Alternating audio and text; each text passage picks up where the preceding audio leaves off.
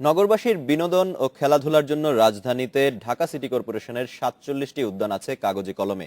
রক্ষণাবেক্ষণ না থাকায় সেগুলো ব্যবহার করতে পারছে না নগরবাসী।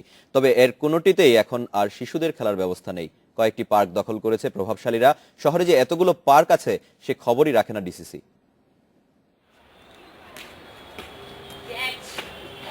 তাঁতীবাজারের একটি বাড়ির ছাদে খেলছে শিশুরা, অথচ বাড়ির সামনে ছিল সিটি কর্পোরেশনের একটি পার্ক, কিন্তু সেটি দখল করে বানানো হয়েছে ট্রাক স্ট্যান্ড।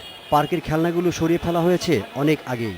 সব জায়গায় ব্লক আর কি, আর এখানেও খেলা যায় না। এখানে আগে খেলতাম, কিন্তু বর্তমানে এখানে ট্রাকের জন্য ব্লক হয়ে রয়েছে জায়গাটা।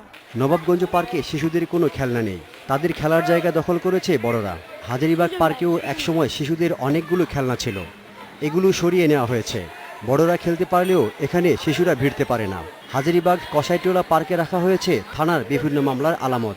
এখন আমরা ঘরে বসে থাকছি, যদি থাকতো তাহলে তো আমরা খেলতে পারতাম।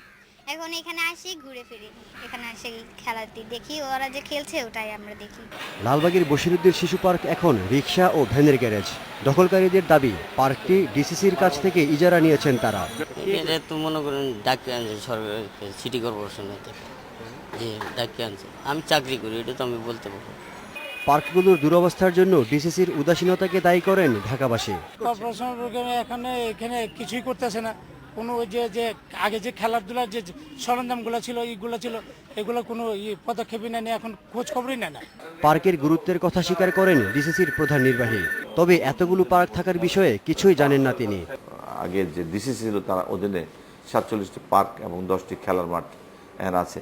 আমরা পার্ক বলতে শুধু আমাদের সরোয়ার্দী উদ্যানের পাশে যে পার্ক, শিশু পার্ক, এইটাই বুঝি।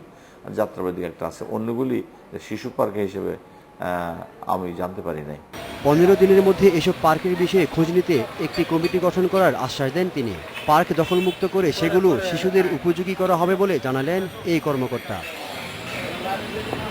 Obaidur Rahman, independent news, Dhaka.